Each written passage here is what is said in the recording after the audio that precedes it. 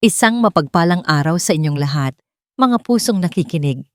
Ako po si Elsa at maligayang pagbabalik sa ating tahanan, ang tinig ng pag-ibig. Sabi nila, ang tiwala ay parang isang salamin. Kapag nabasag, maaari mo pang pulutin ang mga piraso, pero hinding-hindi mo na maibabalik ang dati nitong anyo.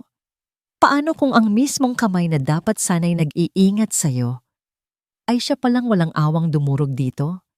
Medyo malakas ang pagkakabangga, ma. Sigurado ka bang ito lang ang paraan? Ang boses ay kay Dante. Pamilyar. Ang boses ng lalaking pinangakuan niya ng habang buhay. Ngunit ang tono, may kaba, may takot. Huwag kang mag-alala, anak. Kailangan nating siguraduhin. Walang pwedeng maging aberya. Sa oras na makuha natin ang pirma niya sa mga dokumento, mapapasa atin na ang lahat ng yaman ng mga De Los Santos. Ang boses na yon, malamig, matigas, kasing lamig ng asero. Ang boses ni Doña Valeria, ang kanyang biyenan. Parang nanggagaling sa ilalim ng tubig ang mga salita. Dahan-dahang lumilinaw sa isipan ni Hiraya, kasabay ng matapang na amoy ng antiseptic at ng liwanag na tumatagos sa kanyang mga talukap. Nakahiga siya. Malambot ang kama, puti ang paligid, isang ospital. Ang mga matutulis na salita ay isa-isang tumusok sa kanyang kamalayan. Binubuo ang isang larawang napakasakit, napaka-imposible, pagkakabangga, paraan, pirma, yaman. Hindi maaari. Sinubukan niyang gumalaw, ngunit tila may 1,000 kilong bigat na nakadagan sa kanyang katawan. Ang huli niyang natatandaan ay ang nakakasilaw na ilaw ng isang truck, ang biglaang pag-ikot ng manibela sa kamay ni Dante, at ang nakabibinging tunog ng bumibiyak na metal. Tapos, dilim. Ngayon, ang dilim ay napalitan ng isang katotohanang mas masahol pa sa kamatayan. Ang kanyang aksidente ay isang plano. Isang plano na ginawa ng kanyang asawa at ng ina nito. Sa gitna ng sakit at pagkalito, isang imahe ang biglang lumitaw sa kanyang isipan. Hindi ang itsura ng truck, hindi ang takot, kundi ang ngiti ni Dante noong araw ng kasal nila. Isang ngiti na nangako ng pagmamahal, ng proteksyon, ng isang pamilya. Ang ngiting iyon, kasinungalingan pala ang lahat. Isang patak ng luha ang gumulong mula sa gilid ng kanyang mata, mainit at mapait. Ang puso niya, na inakala niyang basag-basag na dahil sa aksidente, ay ngayon palang tuluyang dinudurog, at sa pagkadurog nito, isang bagay ang nabuo. Hindi paghihinagpis, hindi pagsuko, isang bagay na malamig, matigas, at mapanganib. Narinig niya ang papalapit na mga yabag. Papasok na sila sa silid. Wala siyang oras. Mabilis pa sa 1 segundo, isang desisyon ang nabuo sa kaibuturan ng kanyang kaluluwa. Kung ang pagmamahal niya ay ginamit na sandata laban sa kanya, gagamitin niya ang kanilang kasakiman bilang sarili niyang panangga. Ipinikit niya muli ang kanyang mga mata. Kinontrol ang kanyang paghinga. Pinakiramdaman ang bawat hibla ng kanyang katawan at pinilit itong maging mahina, maging walang malay. Bumukas ang pinto. "Hiraya, gising ka na ba, mahal?" Ang boses ni Dante, puno ng pekeng pag-aalala. Dahan-dahan, iminulat ni Hiraya ang kanyang mga mata. Tumingin siya sa mukha ng kanyang asawa, sa mukha ng kanyang biyenan. Ibinigay niya sa kanila ang isang tinging blangko. Litong-lito. "Sino? Sino kayo?" tanong niya. Ang kanyang boses ay mahina at garalgal. Nasaan? Nasaan ako?" Nakita niya ang gulat sa mukha ni Dante. Isang mabilis na kislap ng tagumpay o pag-aalala ba yon sa mga mata ni Doña Valeria? Tumikhim si Doña Valeria. Ang kanyang mukha ay agad na nabalutan ng isang maskara ng pag-aalala. Lumapit ito sa kama, hinawakan ang kanyang kamay. Malamig ang mga daliri nito. "Ako ito, Hija. Ang Mama Valeria mo. At ito si Dante, ang asawa mo. Naaksidente ka, pero ligtas ka na ngayon. Tinitigan sila ni Hiraya na para bang mga estranghero. Sinulyapan niya ang bandages sa kanyang braso, ang dextrose na nakakabit sa kanyang kamay. Takot. Iyon ang kailangan nilang makita. Aasawa? Wala. Wala akong maalala. Isang nakabibinging katahimikan ang bumalot sa silid. Si Dante ay napatingin sa kanyang ina, naghahanap ng sagot. Ngunit si Doña Valeria ay nakatitig lamang kay Hiraya. Ang mga mata ay naniningkit. Sinusuri ang bawat galaw niya. Pagkatapos ng ilang saglit, isang maliit at mapait na ngiti ang sumilay sa labi ni Doña Valeria. Hinaplos nito ang buhok ni Hiraya sa isang paraang hindi nagpakita ng anumang pagmamahal. Tingnan mo ang nangyari sa iyo, Hiraya. Sabi nito sa isang boses na malumanay ngunit may talim. Paulit-ulit kitang sinabihan na mag-ingat. Kasalanan mo ito. Ang biyahe pabalik sa mansyon ng mga Villamor ay isang mahabang pananahimik. Nakaupo si Hiraya sa likod, sa pagitan ni Dante at Doña Valeria. Isang bilanggo sa pagitan ng dalawang bantay. Ang kamay ni Dante ay nakapatong sa kanyang kamay, ngunit wala itong init. Isang palamuti, isang pag-aari. Mula sa bintana ng sasakyan, tanaw niya ang malaking gate na bakal na dahan-dahang bumubukas para sa kanila. Ang mga puno ng acacia na nakalinya sa daan ay tila mga higanting anino. Ang mga sanga nila ay arang mga kamay na gustong umabot sa kanya. Ang bahay na minsan niyang tinawag na tahanan ay isa na ngayong kulungan. Pagbaba nila ng sasakyan, sinalubong sila ng mga kasambahay na nakapila. Ang mga mukha nila'y puno ng pag-aalala, ngunit walang nangahas na magsalita. Hanggang sa isang matandang babae na may mga guhit na ng karanasan sa mukha at buhok na halos puti na lahat, ang sumalubong sa kanila. Senyorita Hiraya, Diyos ko, anong nangyari sa'yo, Day? Si Yaya Luming. Ang amoy ng luma nitong bestida at pulbos ay pamilyar. Ang yakap nito'y totoo. Sa isang saglit, muntik nang bumigay si Hiraya. Muntik na siyang bumulong ng katotohanan. Dahan-dahan, Luming. Matigas na sabi ni Doña Valeria. Hinihila palayo ang matanda. Her memory is fragile. The doctor said we shouldn't overwhelm her. Papasensya na po, senyora. Nautal na sabi ni Yaya Luming, ang mga matay nangingilid sa luha, habang nakatingin kay Hiraya. Inalalayan siya ni Dante papasok. Welcome home, mahal. Don't worry, we will help you remember everything. Bawat sulok ng bahay ay isang alaala. Ngunit ngayon, bawat isa'y may bahid ng lason.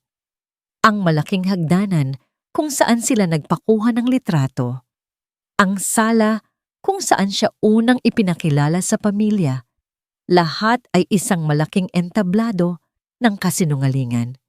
Habang inaayos ni Dante ang mga gamit sa kanilang kwarto, at habang si Doña Valeria ay nagbibigay ng utos sa mga katulong, nagkaroon ng pagkakataon si Yaya Luming na lapitan si Hiraya. Dala nito ang isang baso ng tubig. Heto, Day, baka nauuhaw ka? Sa pag-abot ni Hiraya sa baso, hinawakan niya ang magaspang na kamay ng Yaya. Pinisil niya ito, 3 mabilis na pisil. Ang kanilang lumang sikreto. Ang ibig sabihin, okay lang ako. Magtiwala ka sa akin. Nakita niya ang bahagyang panlalaki ng mga mata ni Yaya Luming. Isang pag-unawa. Isang mabilis na tango bago ito muling yumuko at umalis. Sa wakas, isang kakampi. Kinagabihan, dinalhan siya ni Yaya Luming ng pagkain sa kwarto. Hindi ang steak o pasta na laging inihahanda para sa mga Villamor.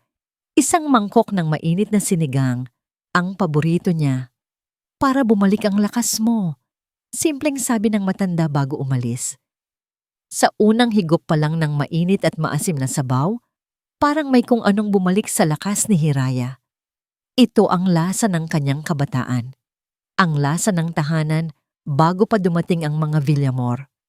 Kumain siya ng dahan-dahan, ninamnam ang bawat kutsara na parang ito ang nagbibigay sa kanya ng lakas para harapin ang bukas.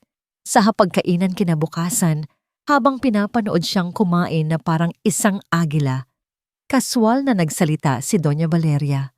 Sayang, at hindi mo na maalala ang business trip ni Dante.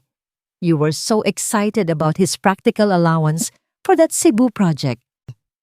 Nag-angat ng tingin si Hiraya mula sa kanyang plato. Isang perpektong blangkong ekspresyon sa kanyang mukha. Cebu po, may pupuntahan po ba kami? Isang nangiti ng kasiyahan ang gumuhit sa mukha ni Doña Valeria. Hindi hija, si Dante lang. Isang napaka-importanteng deal, pero huwag mo nang isipin yon. Ang mahalaga ay ang paggaling mo. Peke. Lahat peke. Kinagabihan, hindi makatulog si Hiraya. Ang katahimikan ng mansyon ay nakabibingi. Iniwan niyang bahagyang nakaawang ang pinto ng kanyang silid, sapat lang para marinig ang anumang kaluskos sa labas. Ilang oras ang lumipas. Narinig niya ang mga yabag ni Doña Valeria sa pasilyo. Huminto ito sa tapat ng library at narinig niya ang mahinang tunog ng telepono. Hindi niya maintindihan ang lahat ng salita. Ngunit ang huling mga pangungusap, malinaw, malamig, at walang awa. Siguraduhin mong hindi na siya makakalapit pa sa bata. Naiintindihan mo? Isang saglit na katahimikan. Tapos, ang pagbaba ng telepono. Napahawak si Hiraya sa kanyang bibig. Pinipigilan ng isang hikbi. Ang bata? Anong bata? Kinabukasan, habang umiinom ng tsaa sa sala, pumasok si Doña Valeria na may daladalang anusyo. Pinapunta ko si Dr. Alvarado para sa iyong regular check-up, Hiraya. He should be here any minute. Nanlamig ang sikmura ni Hiraya. Isang doktor, isang profesional. Madali lang lokohin sina Dante at Doña Valeria dahil nabubulag sila ng sarili nilang kasakiman. Pero ang isang doktor, paano kung mabuking siya? Ilang sandali pa, pumasok ang isang lalaking nakaunipormeng puti, matangkad, nasa mga 30 anyos at may itsurang seryoso ngunit kalmado. Ito si Dr. Rafael Alvarado. Magandang umaga po, Doña Valeria. Mrs. Villamor, magalang nitong bati. Ang kanyang mga mata ay matalas. Tila sinusuri ang lahat sa kanyang paligid. Good morning, Doctor. Please check on my daughter-in-law. We are very worried out about her, sabi ni Doña Valeria, puno ng pag-arte. Umupo si Dr. Alvarado sa upuang nasa tapat ni Hiraya.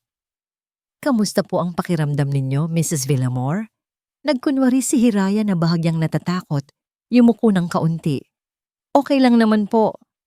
Medyo masakit lang po ang ulo ko. Sinimula ni Dr. Alvarado ang pagsusuri. Kinuha niya ang isang maliit na pen light at sinuri ang kanyang mga mata. Can you follow the light, please? Sinunod niya. Pagkatapos ay tinanong siya nito ng mga simpleng katanungan. Kung anong araw ngayon, kung sino ang pangulo. Sa lahat ng ito, sumagot siya ng, hindi ko po, sigurado. Ipinakita niya ang pagkalito at pag-aalinlangan na inaasahan mula sa isang taong may amnesia. Sa kalagitnaan ng pagsusuri, habang kinukuha ni Dr. Alvarado ang kanyang stethoscope mula sa kanyang medical bag, hindi sinasadyang nasagi nito ang isang ballpen. Gumulong ito sa sahig, malapit sa paanan ni Hiraya. Automatiko, halos hindi na nag-isip, yumuko si Hiraya upang damputin ito. Sa parehong pagkakataon, yumuko rin si Dr. Alvarado. Nagkasabay sila. At sa isang saglit, bahagyang nagdikit ang kanilang mga kamay. Isang saglit na pagtigil. Isang makahulugang tingin mula sa doktor. Mabilis na binawi ni Hiraya ang kanyang kamay. Ang puso niya'y biglang kumabog ng malakas. Ang kanyang kilos. Masyadong mabilis, masyadong alisto para sa isang taong may matinding pinsala sa ulo. Ngumiti lang ng bahagya ang doktor at kinuha ang ballpen. Salamat po. Itinuloy niya ang check-up na parang walang nangyari. Pero alam ni Hiraya, na may nakita ito. May naramdaman itong mali. Pagkatapos suriin ang kanyang vital signs, binuklat ni Dr. Alvarado ang folder na dala niya, ang medical records niya mula sa ospital. Base sa inyong latest CT scan, walang nakitang anumang significant damage sa inyong utak, Mrs. Villamor, sabi nito habang nakatingin sa mga papel. So what does that mean, Doctor? Mabilis na tanong ni Doña Valeria. Baka naman psychological ang epekto sa kanya. Posible po, sagot ng doktor. Hindi inaalis ang tingin sa mga resulta. Minsan ang trauma ay may ganitong epekto. We just need to give her time. Tumayo na si Dr. Alvarado para magpaalam. Hinatid siya ni Doña Valeria sa may pinto. Bago tuluyang lumabas, humarap siyang muli kay Hiraya na naiwang nakaupo sa sala. Ang kanilang mga mata ay muling nagtagpo. Ibinaba niya ang kanyang boses, sapat lang para marinig nilang dalawa. Minsan, ang paglimot ay isang paraan ng proteksyon sa sarili. Magpagaling ka, Mrs. Villamor. At saka siya tuluyang umalis. Natigilan si Hiraya. Ang mga salitang iyon ay hindi payo ng isang doktor. Iyon ay isang mensahe. Alam niya. O kung hindi man, naghihinala siya. At sa mundong puno ng kasinungalingan na kanyang ginagalawan ngayon, ang isang taong nakakaalam ng katotohanan ay maaaring maging isang kaibigan o isang mas malaking panganib. Ang hapunan sa mansyon ng mga Villamor ay parang isang ritual, tahimik, formal. Bawat kubyertos ay nasa tamang lugar. Bawat pagkain ay inihain ng perpekto. Si Doña Valeria ang namumuno sa hapag. Ang kanyang presensya ay sapat na para supilin ang anumang usapan na hindi niya sinimulan. Sa loob ng ilang araw, si Hiraya ay naging isang anino sa sarili niyang pamamahay. Tahimik na kumakain, sumasagot lamang kapag tinatanong at laging ipinapakita ang isang blangkong mukha ng pagkalito. Ngunit ngayong gabi, may nagbago. Kamusta ang trabaho mo, mahal? Tanong ni Hiraya. Ang boses niya ay bahagyang nag-aalinlangan, nakatingin kay Dante. Natigilan si Dante sa paghiwa ng kanyang steak. Tumingin ito sa kanya na parang isang batang nagsalita sa gitna ng isang pulong. It's fine. Maraming inaasikaso para sa expansion sa Davao. Davao, inulit ni Hiraya na parang isang salitang bago sa kanyang pandinig. Dahan-dahan siyang lumingon kay Doña Valeria. Ang kanyang mga mata ay nagpapakita ng matinding pagkalito. Davao po? Tita, akala ko po, parang may nabanggit kayo sa akin na sa Cebu yung project. Pasensya na po, nalilito na po yata ako. Ang tanong ay binitiwan sa hangin na parang isang bato na inihagis sa isang tahimik na lawa. Tumigil ang mahinang tunog ng mga kubyertos. Ang katahimikan ay nakabibingi. Nakita ni Hiraya ang pagkataranta sa mga mata ni Dante. Napatingin ito sa kanyang ina, ang muka ay humihingi ng tulong. Si Doña Valeria naman, hindi man lang kumurap. Tanging ang mahigpit na pagkakahawak nito sa kanyang kutsilyo ang nagpapakita ng kanyang inis. Parehong importante ang mga yon, Hija, sagot ni Doña Valeria.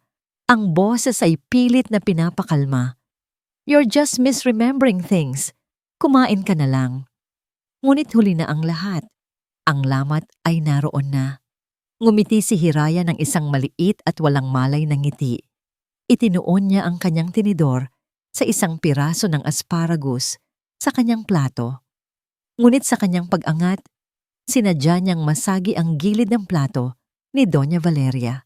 Isang perpektong hiwa ng mamahaling steak ang nahulog mula sa plato ng matanda. Dahan-dahan itong bumagsak sa puting-puti at mamahaling Persian rug. Nag-iwan ito ng isang maliit, madilim at mamantika na mantsa. Isang mantsa sa perpektong mundo ni Doña Valeria. Narinig ni Hiraya ang pigil na paghinga ng kanyang biyenan. Nakita niya ang panginginig ng kamay nito. Ay, naku, pasensya na po, tita. Sabi ni Hiraya, ang boses ay puno ng pagkataranta. Ang clumsy ko po talaga. Walang nagsalita. Isang katulong ang mabilis na lumapit para linisin ang dumi. Ngunit ang tensyon ay nanatili sa hangin, mas makapal pa kaysa dati. Pagkatapos ng hapunan, habang paakyat si Hiraya sa hagdan, nadaanan niya si Yaya Luming na nagpupuna sa sahig malapit sa kusina. Nagkunwari siyang natumba ng bahagya at napahawak sa braso ng matanda para sa suporta. Sa mabilis na pagkakataong yun, may isang bagay na malamig at metaliko ang ipinasok ni Yaya Luming sa kanyang palad sa ilalim ng lumang aparador ni Don Ricardo. Bulong nito, halos hindi maririnig. Ingat ka ni Day. Bago pa man makasagot si Hiraya, nakaalis na ang matanda. Sa kanyang silid binuksan ni Hiraya ang kanyang palad. Isang maliit at luma na susi, ang aparador ni Don Ricardo, ang yumaong asawa ni Doña Valeria. Ang opisina nito sa ibabang palapag ay halos hindi na binubuksan. Mula sa kanyang silid, kitang-kita niya ang pasilyo. Ilang sandali pa, nakita niyang naglalakad si Dante patungo sa direksyon ng library. Sumunod si Doña Valeria, ang mukha ay madilim at walang ekspresyon. Huminto ito sa tapat ng pinto at bago pumasok, lumingon ito kay Dante.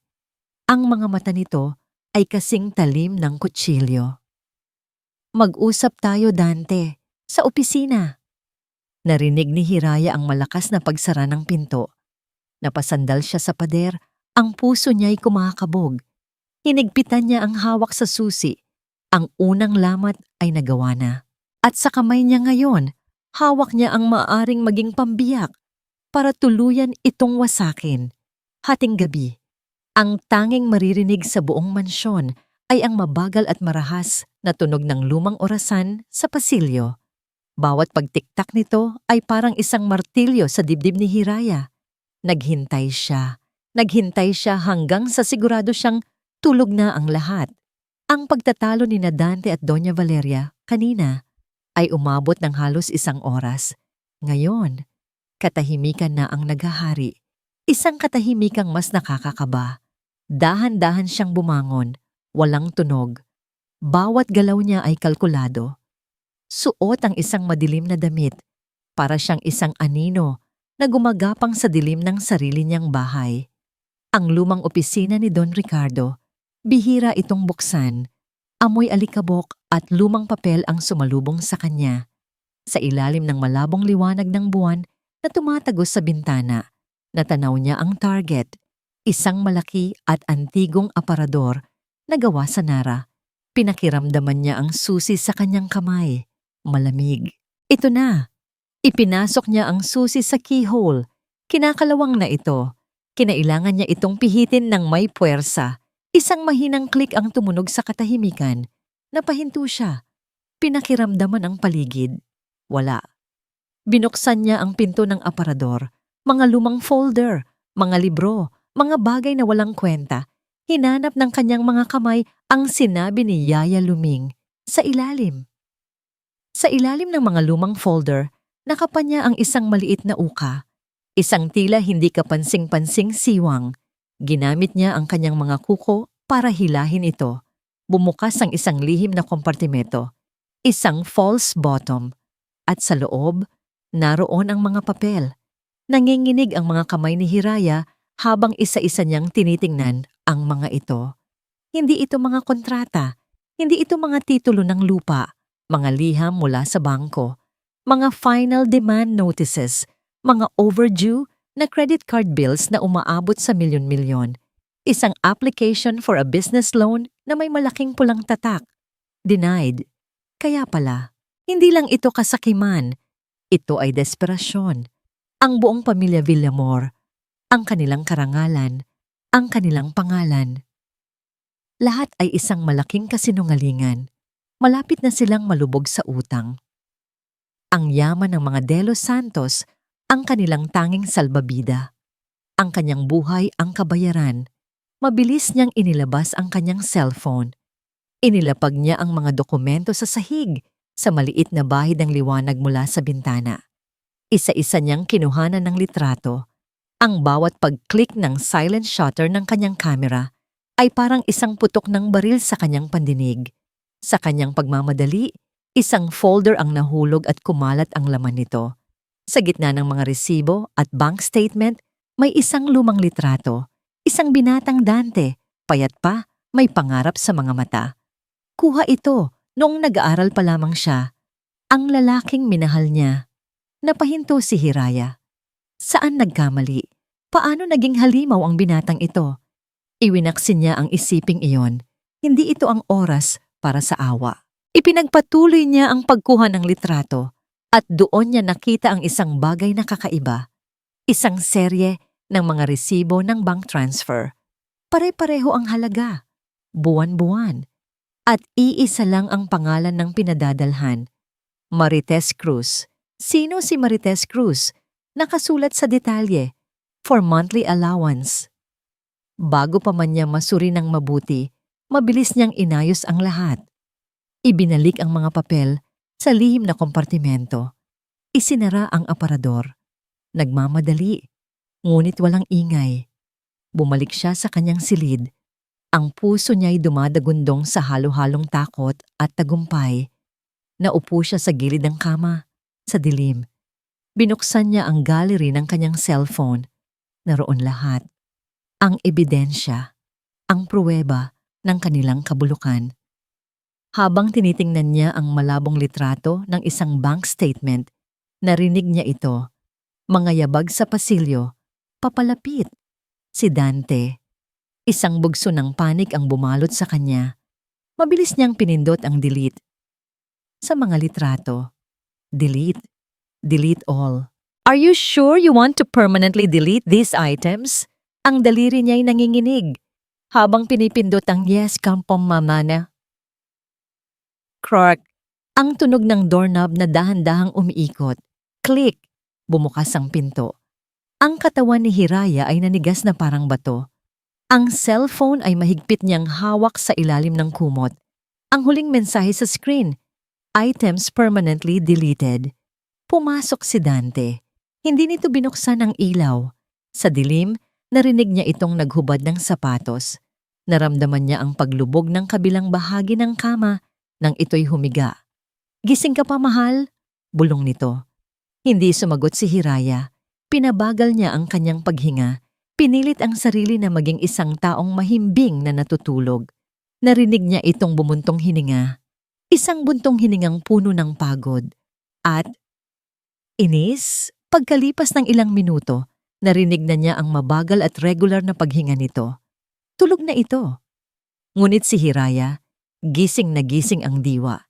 Hindi dahil sa takot na mahuli, kundi dahil sa isang pangalan na paulit-ulit na umiikot sa kanyang isipan, Marites Cruz. Kinabukasan, habang nag-aalmusal, sinadya niyang maupo sa tabi ng bintana, natanaw ang hardin, kung saan alam niyang nagdidilig si Yaya Luming. Yaya, tawag niya. Sapat lang ang lakas para marinig ng matanda. Pwede po bang pakiabot ng asukal? Nang lumapit si Yaya Luming, ibinaba ni Hiraya ang kanyang boses. Yaya, kailangan kong malaman kung sino si Marites Cruz. Nakita niya ang gulat sa mga mata ng matanda. Isang mabilis na tango at bumalik na ito sa kanyang ginagawa. Makalipas ang 2 araw, habang inihahain ang kanyang tanghalian sa silid, may isang maliit at nakatuping papel sa ilalim ng kanyang plato. Binuksan ito ni Hiraya. Isang address sa isang simpleng subdivision sa Quezon City. Kailangan niyang makahanap ng paraan para makalabas.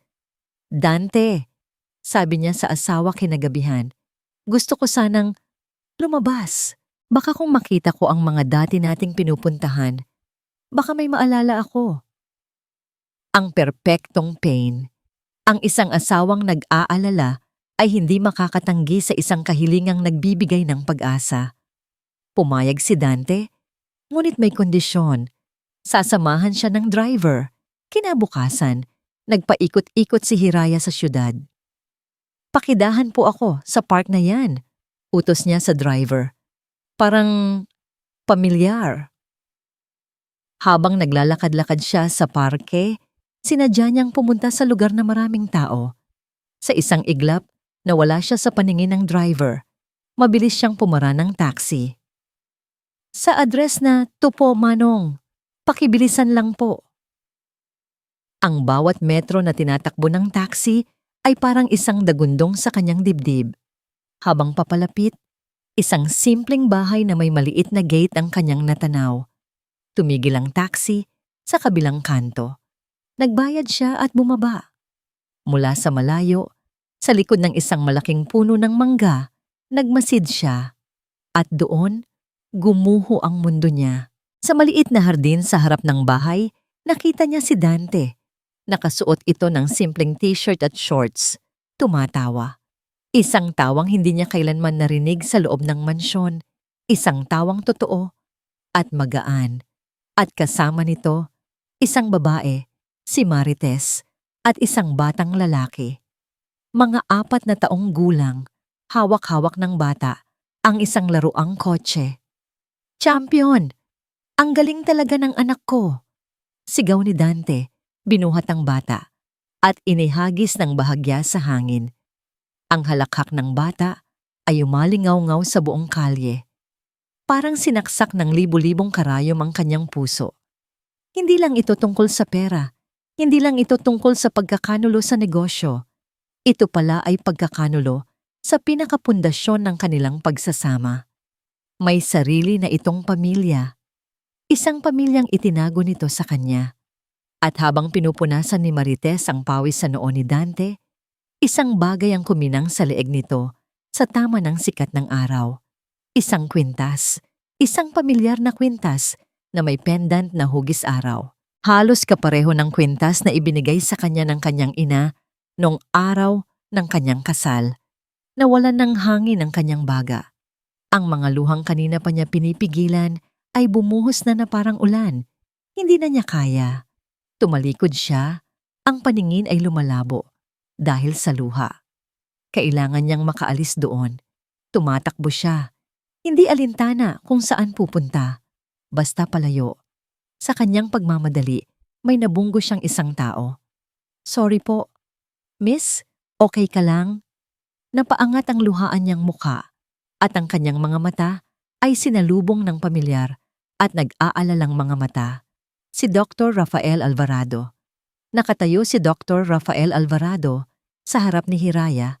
Ang kanyang mukha ay hindi nagpapakita ng paghuhusga, kundi ng malalim na pag-aalala. Sa isang iglap, ang lahat ng lakas na pinilit itayo ni Hiraya sa loob ng ilang linggo ay gumuho. "Mrs. Villamor." Bago pa man siya makapagsalita, hinawakan na ni Dr. Rafael ang kanyang siko sa isang paraang magalang ngunit matatag. "Halika, umalis muna tayo rito." Iginiya siya nito palayo sa kalyang yon, palayo sa bahay na sumira sa lahat ng natitira pa niyang pag-asa. Dinala siya nito sa isang maliit at tahimik na coffee shop sa kabilang kanto. Walang gaanong tao. Ang amoy ng kapeng bagong giling ay bahagyang nagpakalma sa nagwawala niyang sistema. Umupo sila sa isang sulok. Umorder si Rafael ng 2 kape. Nang dumating ang order, itinulak nito ang isang tasa palapit sa kanya. Ang init na nagmumula sa tasa ay ang tanging init na naramdaman niya sa buong araw. Hindi nagsalita si Rafael. Hinayaan lang siya nito. Hinayaan siyang umiyak ng tahimik.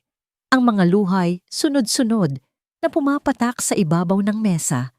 Hinayaan siya nang ilabas ang lahat ng sakit na kinimkim niya. Nang sa wakas ay humupa ang kanyang pag-iyak, kinuha ni Rafael ang isang panyong malinis mula sa kanyang bulsa at iniabot ito sa kanya. "Hindi ko alam kung ano ang pinagdadaanan mo," mahinang sabi nito, "pero nandito lang ako." Ang simpleng mga salitang yon, ang simpleng gesto na yon, ang bumasag sa huling pader na nakapalibot sa kanyang puso.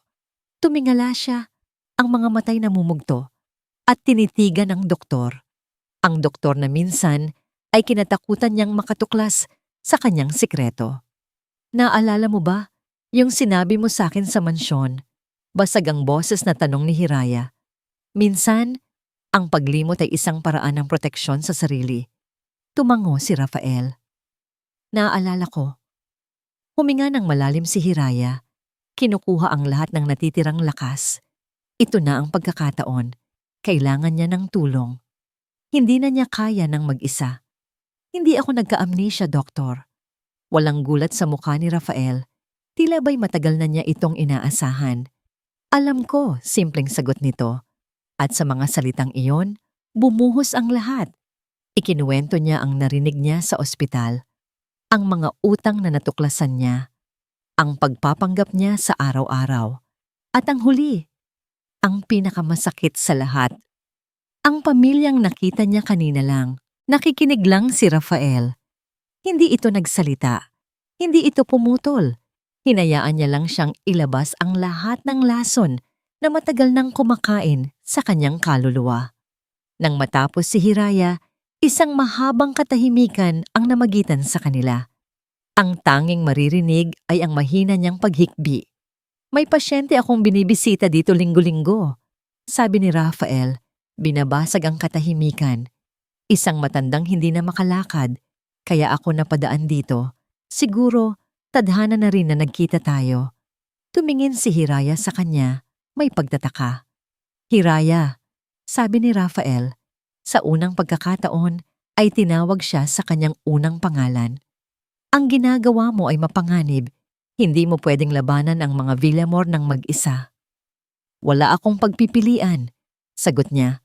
Wala akong mapagkakatiwalaan. Ngayon, meron na.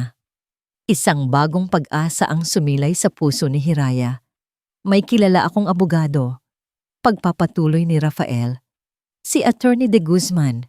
Matanda na.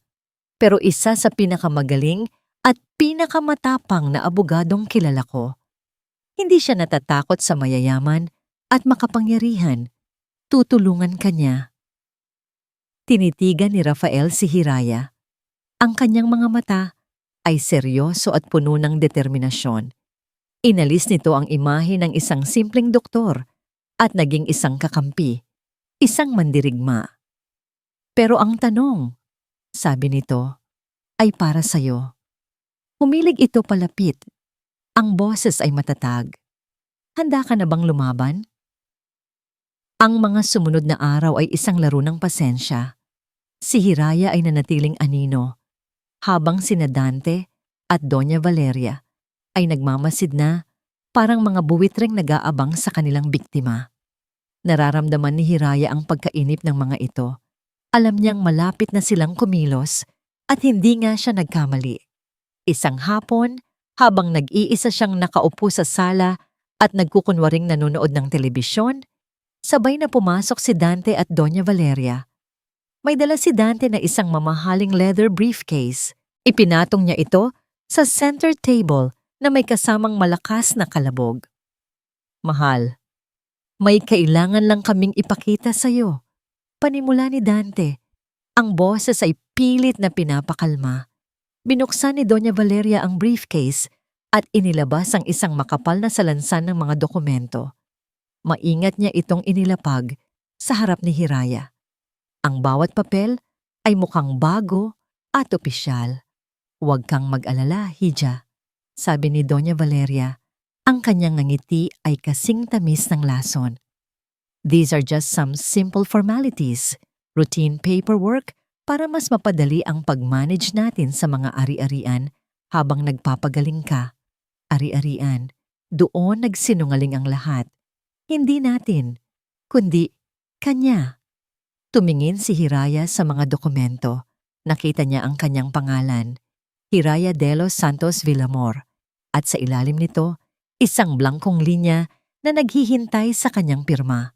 Ang puso niya ay nagsimulang tumibok ng mabilis, ngunit ang kanyang mukha ay nanatiling isang perpektong maskara ng inosenteng pagkalito. Ano po ito? Tanong niya. Hinahawakan ng isang pahina na parang isang bagay na dayuhan sa kanya. Just standard guardianship documents. Mabilis na sagot ni Dante. Para legal kong maasikaso ang lahat para sa'yo. Para wala ka nang iisipin kundi ang paggaling mo. Isang kasinungalingan na binalot sa pekeng pagmamahal. Ito na ang bitag. Nagkunwari si Hiraya na binabasa ang mga papeles. Ang kanyang mga mata ay lumilipat-lipat sa mga teknikal na salita na hindi niya naiintindihan. Kailangan niya ng oras. Kailangan niyang makaisip ng paraan. Sa tabi niya, sa maliit na side table, may isang baso ng malamig na tubig. "Pasensya na po," sabi niya. Inilapag ang mga papel. Parang nahihilo po ako. Masyadong marami." Habang sinasabi niya ito, ikinilos niya ang kanyang kamay na para bang nawalan siya ng balanse. Ang kanyang siko ay hindi sinasadyang tumama sa baso ng tubig. Bumagsak ang baso. Ang malamig na tubig ay kumalat sa ibabaw ng makintab na mesa. Binabasa ang unang 2 pahina ng pinakamahalagang dokumento, ang mismong pahina kung saan naroon ang linya para sa kanyang pirma. Ang itim na tinta ng mga salita ay nagsimulang kumalat na parang isang mantsa. "Diyos ko!" Sigaw ni Dante. Mabilis na dinampot ang mga basang papel. Ngunit ang mukha ni Doña Valeria ay nag-iba. Ang peking ng ngiti ay nawala. Napalitan ng isang anyo ng purong galit. "Ano ba naman yan, Hiraya?"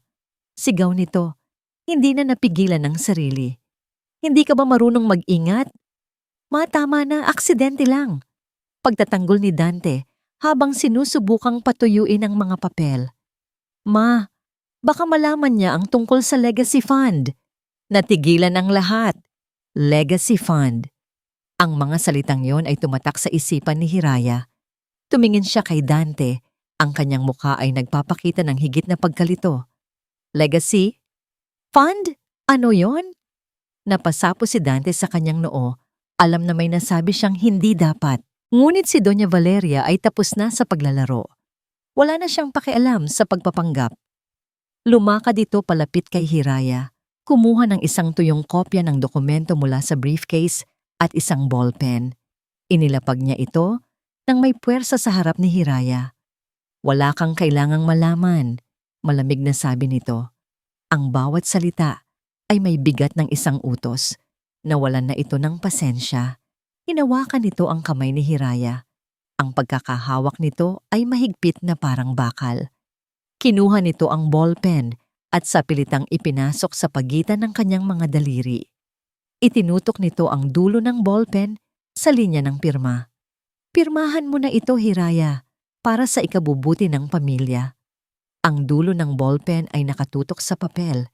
1 milimetro na lang mula sa linyang sisira sa kanyang kinabukasan.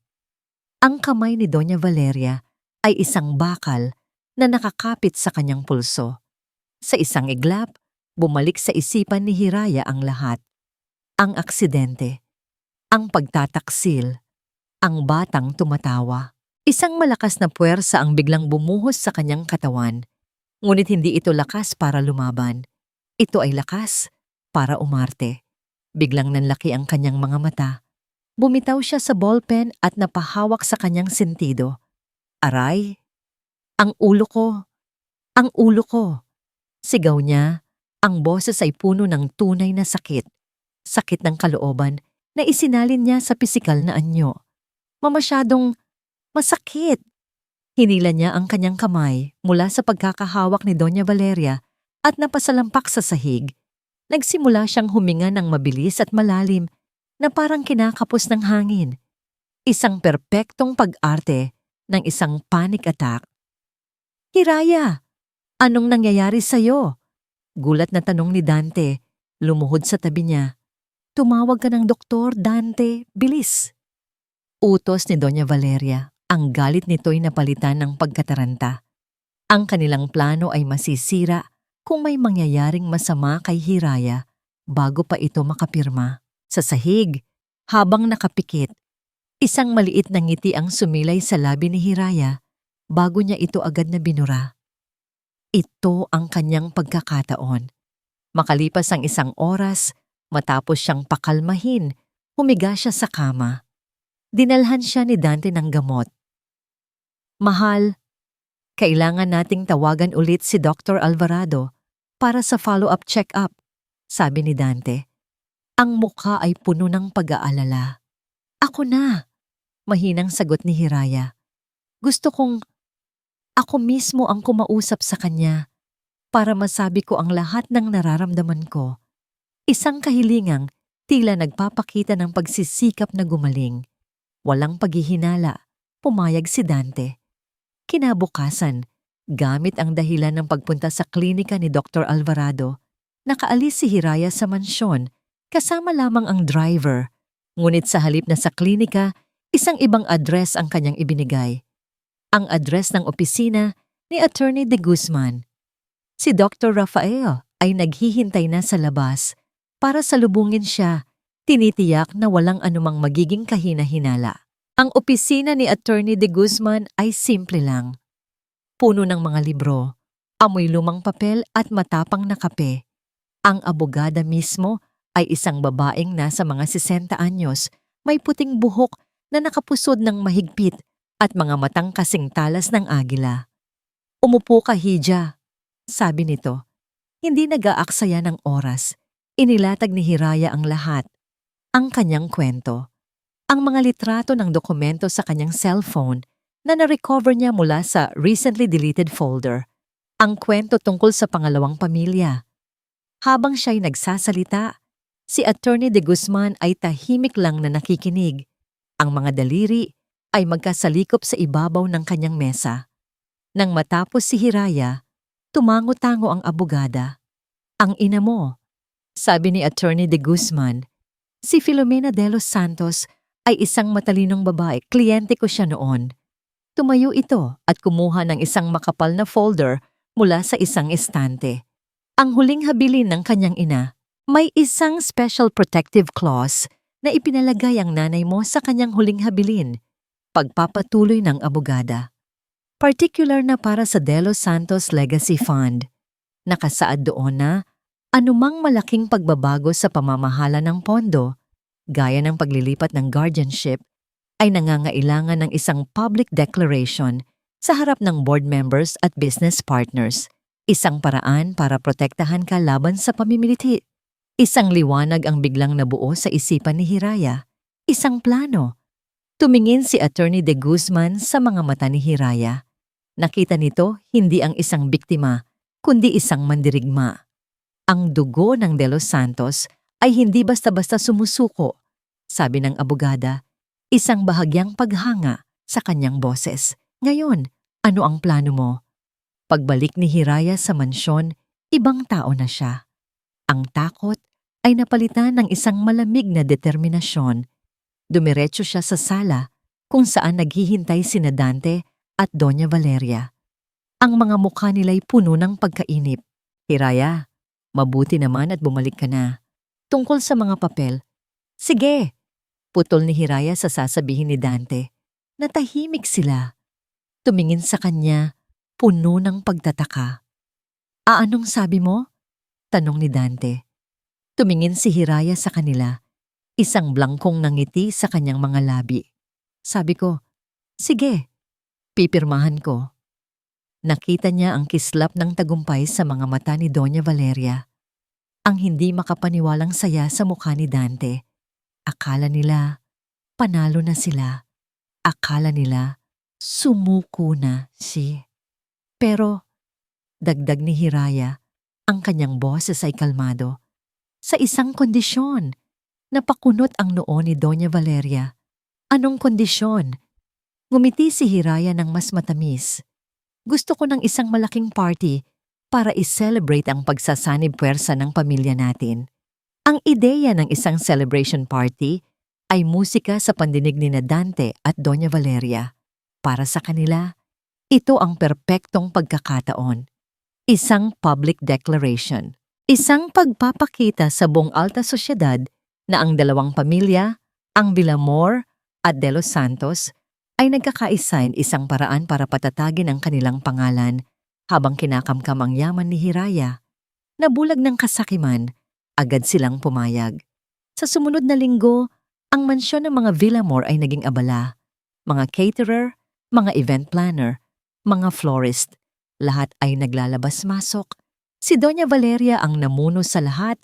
Tinitiyak na ang bawat detalye ay perpekto, marangya, at karapat-dapat sa kanilang tagumpay. Sa gitna ng lahat ng ito, si Hiraya ay nanatiling tahimik. Siya ang sentro ng pagdiriwang, Ngunit para siyang isang manonood lamang, tinutulungan niya si Doña Valeria sa pagpili ng mga bulaklak, tinitikman ang mga pagkain, at ngumingiti sa lahat ng tamang pagkakataon. Ngunit sa likod ng mga ngiting iyon, isang ibang plano ang kanyang isinasagawa. Gabi-gabi, habang tulog na ang lahat, nakikipag-usap siya kay Attorney De Guzman sa telepono. Bawat detalye ng kanilang kontra-atake ay pinaplano ng mabuti. Si Dr. Rafael, gamit ang kanyang mga koneksyon, ang tumulong na mag-imbita sa ilang piling miyembro ng media. Sa ilalim ng pagkukunwaring ito ay isang malaking business announcement. Si Yaya Luming naman ang kanyang naging mga mata at tainga sa loob ng bahay. Siya ang kumuha ng kopya ng guest list. Siya ang nagsigurong ang sound system para sa party ay merong USB port na madaling ma-access. Isang gabi bago ang party, pumasok si Yaya Luming sa kanyang silid. May dala itong isang kahon. Ipinatago ito sa akin ng nanay mo. Day, sabi ng matanda. Ang boses ay nanginginig sa emosyon. Ibinigay niya sa akin bago siya mawala. Sabi niya, ibigay ko raw sa'yo sa araw na pinakakailangan mo ng lakas. Binuksan ni Hiraya ang kahon. Sa loob, isang eleganteng Filipiniana gown na gawa sa pinya at sutla, kulay perlas. At sa tabi nito, isang sulat. Hiraya, anak ko, kung binabasa mo ito, marahil ay nahaharap ka sa isang malaking pagsubok. Tandaan mo, ang lakas ng isang De Los Santos ay hindi nasa pera. Ito ay nasa ating puso, sa ating paninindigan, at sa ating kakayahang bumangon mula sa anumang pagbagsak. Suotin mo ito. Ito ang baluti mo. Ipinagmamalaki kita palagi. Nagmamahal, Mama. Niyakap ni Hiraya ang gown. Ang mga luha ay muling tumulo. Ngunit sa pagkakataong ito, hindi dahil sa sakit, kundi dahil sa pagmamahal at determinasyon. Dumating ang gabi ng party. Ang mansyon ay napuno ng mga maimpluwensyang tao, mga negosyante, mga politiko, mga socialite. Si Dante ay abot-tenga ang ngiti, kinakamayan ang lahat. Si Doña Valeria, suot ang kanyang pinakamahal na alahas, ay parang isang reyna sa kanyang trono. At pagkatapos, bumaba si Hiraya mula sa malaking hagdanan. Tumigil ang lahat. Suot niya ang Filipiniana gown ng kanyang ina. Ang kanyang buhok ay nakaayos ng simple. Ang kanyang mukha, na dati blanco ay ngayon ay kalmado at puno ng dignidad. Hindi siya mukhang biktima. Mukha siyang isang reyna na handang bawiin ang kanyang kaharian. Lumapit sa kanya si Dante, inialok ang braso. You look beautiful, mahal. Ngumiti si Hiraya, isang ngiti na hindi umabot sa kanyang mga mata. Salamat. Sa isang maliit na mesa malapit sa entablado, nakita niya si Dr. Rafael at si Attorney De Guzman, tahimik na nagmamasid.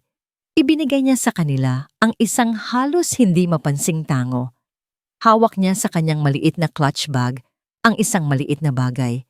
Isang USB flash drive, ang sandata niya para sa gabing ito. Nang dumating ang oras para sa big announcement, umakyat si Dante sa entablado. Pagkatapos ng isang mahabang talumpati tungkol sa pagkakaisa at pamilya, tinawag niya si Doña Valeria at si Hiraya. At ngayon, bilang simbolo ng pagsasanib puwersa ng aming pamilya, ipapahayag namin ang isang bagong simula para sa aming negosyo. Ngunit bago pa man niya matapos ang kanyang sasabihin, lumapit si Hiraya sa mikropono. Hinawakan niya ito ng mahigpit. Humarap siya sa daan-daang bisita na nakatingin sa kanya. Ang mga mata niya ay dumaan kay Dante, kay Doña Valeria, at sa wakas ay tumuon sa mga tao sa harap niya. Magandang gabi sa inyong lahat, panimula niya. Ang kanyang boses ay malinaw at matatag. Tumagos ito sa buong ballroom. Salamat sa inyong pagdalo sa gabing ito. Huminto siya sandali, hinahayaan ang lahat na ituon ang kanilang atensyon sa kanya. Ngumiti siya, isang ngiti na puno ng misteryo at sakit. Ngayong gabi, may isang kwento akong gustong ibahagi. Ang buong ballroom ay nabalot ng katahimikan. Lahat ng mata ay nakatuon kay Hiraya. Ang ngiti ni Dante ay bahagyang naglaho, napalitan ng pagtataka. Si Doña Valeria naman ay nanatiling matigas, ngunit ang kanyang mga mata ay naniningkit. Pinapakiramdaman ang biglaang pag-iiba ng hangin. Ang kwentong ito ay tungkol sa tiwala. Pagpapatuloy ni Hiraya, ang kanyang boses ay nanatiling kalmado, ngunit may bigat na parang yelo, tungkol sa pag-ibig at tungkol sa isang aksidente. Sa pagbanggit ng salitang aksidente, nakita ni Hiraya ang pagkataranta sa mga mata ni Dante. Noong halos 1 buwan na ang nakalipas, na-aksidente ako. Ang sabi nila, nawalan daw ako ng alaala. Tumingin siya kay Dante, tapos kay Doña Valeria. At sa loob ng 1 buwan, inalagaan nila ako. Tinulungan nila akong makaalala. Biglang nagbago ang tono ni Hiraya, nawala ang lambing. Ang pumalit ay isang tinig na matalas at walang awa. Ngunit ang hindi nila alam ay hindi ang mga alaala ko ang bumalik, kundi ang katotohanan. Bago pa man makakilos sina Dante at Doña Valeria, nagbigay si Hiraya ng isang senyas kay Dr. Rafael na nakatayo malapit sa technical booth. Sa isang iglap, namatay ang mga ilaw sa ballroom. Tanging isang spotlight ang nanatiling nakatutok sa kanila sa entablado. At ang malaking puting screen sa likuran nila na dapat sanay para sa isang business presentation ay biglang umilaw. At mula sa mga speaker, isang pamilyar na boses ang umalingaw-ngaw. Medyo malakas ang pagkakabanggama. Sigurado ka bang ito lang ang paraan? Ang boses ni Dante, malinaw, walang kaduda-duda. Huwag kang mag-alala, anak. Kailangan nating siguraduhin. Walang pwedeng maging aberya. Ang boses ni Doña Valeria. Ang audio recording mula sa ospital. Ang laman ng USB. Isang kolektibong paggasps ang narinig mula sa mga manonood. Ang mga bulungan ay nagsimula na parang bubuyog. Ano to, Hiraya? Anong kalokohan to? Sigaw ni Dante. Sinusubukang agawin ang mikropono. Ngunit si Hiraya ay mabilis na umatras. Ang screen ay muling nag-flash.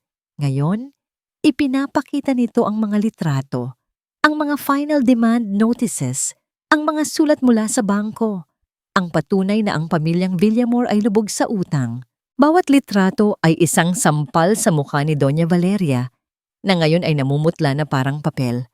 Ang kanyang imahe ng karangalan ay dinudurog sa harap ng lahat. Ito ang dahilan, deklara ni Hiraya. Hindi kasakiman, desperasyon, ang yaman ng De Los Santos ang kailangan nila para takpan ang kanilang kahihiyan. At pagkatapos, ang huling larawan, ang pinakamasakit sa lahat. Isang litrato ni Dante, masayang karga-karga ang isang batang lalaki, habang si Marites ay nakangiting nakatingin sa kanila.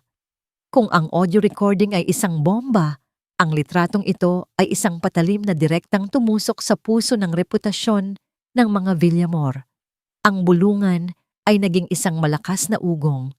Ang mga kamera ng media na inimbitahan ni Rafael ay walang tigil sa pag-flash. Sa sandaling iyon, ang maskara ni Doña Valeria ay tuluyang nabasag. Ang babaeng palaging may kontrol, ang reyna ng alta sosyedad, ay napasigaw na parang isang nasusukol na hayop. Sinungaling, bituin ang lahat ng yan. Ngunit huli na, walang naniwala. Si Doña Valeria, sa sobrang kahihiyan at galit ay nawalan ng balanse. Ang kanyang mga tuhod ay bumigay. Siya, na laging nakatayo ng taas noo, ay bumagsak sa sahig ng entablado. Nguyo, wasak. Si Dante naman, nawala na sa katinuan. Ang tanging nakikita niya ay si Hiraya, ang babaeng akala niya ay kontrolado niya, ang babaeng sumira sa lahat. Sa isang sigaw ng purong galit, sumugod siya papunta kay Hiraya. Sinungaling, peke lahat yan. Ngunit bago pa man niya maabot si Hiraya, 2 unipormadong security guard na matagal nang inihanda ni Attorney De Guzman ang humarang sa kanya. Hawak nila ang kanyang mga braso ng mahigpit. Nagpupumiglas siya, ngunit wala siyang magawa. At sa gitna ng kaguluhan, ang malaking pinto ng ballroom ay bumukas. Pumasok ang mga pulis. Dire-diretso silang naglakad patungo sa entablado. Ang kanilang mga muka ay seryoso at walang emosyon. Huminto sila sa harap ni Dante, na hawak pa rin ng mga gwardya. "Dante Villamor," sabi ng hepe ng mga pulis. Ang boses ay malakas at malinaw. "Inaaresto ka namin sa salang attempted murder at conspiracy." Ang mga sumunod na araw ay isang malaking unos sa media. Ang iskandalo ng mga Villamor ay kita sa lahat ng pahayagan, sa lahat ng balita sa telebisyon. Ang kanilang pagbagsak ay kasing bilis at kasing ingay ng kanilang marangyang pamumuhay. Si Dante at Doña Valeria ay ikinulong, walang piyansa. Ang mga ebidensyang inilatag ni Hiraya, kasama ang testimonya ng mga taong pinagkakautangan nila, ay masyadong matibay. Ang kanilang imperyo ng kasinungalingan ay gumuho na parang kastilyong buhangin. Ngunit si Hiraya ay wala na roon para panoorin ang pagbagsak. Ang unang ginawa niya pagkatapos ng gabing iyon ay umalis sa mansyon. Hindi na siya lumingon pa. Ang bawat sulok ng bahay na yon ay isang paalala ng sakit at pagtataksil. Dala lamang ang ilang personal na gamit at ang gown ng kanyang ina, lumipat siya sa isang simpleng condominium unit na matagal ng pag-aari ng kanyang pamilya. Mula sa bintana ng kanyang bagong tirahan, tanaw niya ang syudad. Hindi na ang malawak at artipisyal na hardin ng mga Villamor, kundi ang totoong mundo, maingay, magulo, ngunit totoo. Pinutol niya ang lahat ng koneksyon sa kanyang nakaraan. Ang mansyon, kasama ang lahat ng lamang kasangkapan, ay ipinagbenta niya. Ang perang nakuha ay idinagdag niya sa pondo ng kumpanya. Isang hapon, habang nag-aayos siya ng kanyang mga gamit, dinalaw siya ni Attorney de Guzman. "Ito na ang mga huling dokumento. Hiya," sabi ng abogada. Inilapag ang isang folder sa mesa. "The divorce is final. Malaya ka na." Tiningnan ni Hiraya ang mga papel. Ang pangalan niya, Hiraya de los Santos, wala ng Villamor. Isang malaking bigat ang tila na bunot mula sa kanyang dibdib. "Salamat po sa lahat, attorney," sabi niya. Isang tunay na ngiti ang sumilay sa kanyang mga labi. "Walang anuman," sagot ng matanda. "Ang nanay mo ang dapat pasalamatan. Siya ang nagbigay sa iyo ng baluti. Ang sayo lang ay ang katapangang isuot ito." Nang makaalis ang abogada, naiwan si Hiraya sa katahimikan. Sa loob ng maraming linggo, ang kanyang isipan ay puno ng galit, ng plano, ng paghihiganti. Ngayong tapos na ang lahat, isang kakaibang kahungkagan ang kanyang naramdaman. Ano na ngayon? Kinabukasan, nagpunta siya sa isang lugar na matagal na niyang hindi nabibisita. Isang beach sa Batangas na paborito ng kanyang ina. Umupo siya sa buhanginan, hinahayaan ng hangin na haplusin ang kanyang mukha. Ang paglubog ng araw ay nagpinta ng kulay kahel at lila sa kalangitan. Maganda, tahimik. Alam mo, sabi nila, ang kulay kahel daw ay kulay ng pag-asa. Isang pamilyar na boses ang nagsalita mula sa kanyang likuran. Lumingon si Hiraya. Nakatayo roon si Rafael, may dalang 2 bote ng tubig. Ngumiti ito at umupo sa tabi niya. "Paano mo nalaman na nandito ako?" tanong ni Hiraya. "Sinabi sa akin ni Yaya Luming," sagot ni Rafael. Sabi niya, "Baka kailangan mo ng kaibigan." Tumahimik sila, sabay na pinanood ang dahan-dahang paglamon ng dagat sa araw. Ang katahimikan sa pagitan nila ay komportable, walang pilit. "Salamat, Rafael," basag ni Hiraya sa katahimikan. "Sa lahat-lahat." "Wala yon," sabi nito. "Minsan kailangan lang natin ng isang taong magpapaalala sa atin kung paano ulit huminga." Nang magsimulang lumamig ang hangin, hinubad ni Rafael ang kanyang jacket at maingat na ipinatong sa mga balikat ni Hiraya. Isang simpleng gesto, ngunit para kay Hiraya, Ito ay may kahulugang higit pa sa lahat ng mamahaling regalo na natanggap niya mula kay Dante. Ito ay totoo. Nang gabing iyon, bago sila umuwi, inanunsyo ni Hiraya ang kanyang desisyon. Gagamitin niya ang isang malaking bahagi ng De Los Santos Legacy Fund para buksan ang isang bagong pundasyon, ang Hiraya Foundation, isang pundasyon na tutulong sa mga babaeng biktima ng domestic abuse at panloloko. Isang lugar kung saan sila maaaring magsimulang muli. Ilang buwan ang lumipas. Sa kanyang maliit na opisina, abala si Hiraya sa pag-aayos ng mga dokumento para sa kanyang pundasyon. Isang sulat ang dumating para sa kanya. Ang selyo ay mula sa Bureau of Corrections, mula kay Dante. Hawak niya ang sulat. Isang bahagi niya ang gustong malaman kung ano ang sasabihin nito. Humihingi ba ito ng tawad? O sinusumpa siya?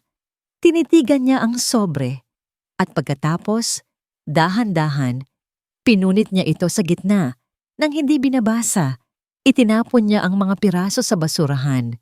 Ang pagpapatawad ay hindi para sa kanya. Ito ay para sa sarili niya. At ang kalayaan ay hindi matatagpuan sa mga salita ng kanyang nakaraan, kundi sa mga gawa ng kanyang hinaharap. Isang taon ang lumipas. Ang Hiraya Foundation ay nakatayo na ngayon sa puso ng Maynila. Hindi ito isang gusaling mataas at malamig na gawa sa salamin at bakal. Ito ay isang lumang bahay na ipinaayos, pininturahan ng puti at dilaw, na may isang hardin na puno ng mga bulaklak ng esperansa. Isang tahanan, isang kanlungan. Sa loob, sa isang maliwanag na silid, nakatayo si Hiraya de los Santos sa harap ng isang grupo ng mga babae. Mga babaeng may iba't ibang edad, may iba't ibang kwento, ngunit may iisang bakas sa mga mata. Ang bakas ng sakit na unti-unti nang napapalitan ng pag-asa. Ang tiwala, panimula ni Hiraya, ang kanyang boses ay kalmado at puno ng kapangyarihan na hindi nagmumula sa pera, kundi sa karanasan. Ay parang isang salamin. Kapag nabasag, hindi na natin ito maibabalik sa dati. At alam nyo, okay lang yon. Isang ngiti ang sumilay sa kanyang mga labi. Isang nangiting totoo na umaabot hanggang sa kanyang mga mata. Dahil minsan, ang mga basag na piraso, kapag pinulot natin at binuo muli, ay hindi na isang simpleng salamin. Nagiging isang mosaic ito, isang obra na mas matibay, mas kumikinang, at mas maganda dahil sa mga lamat na pinagdaanan nito. Ang ating mga sugat, ang ating mga lamat, iyan ang nagbibigay sa atin ng ating tunay na lakas. Pagkatapos ng kanyang talumpati, nilapitan siya ng mga babae. May mga yumakap, may mga nagpasalamat.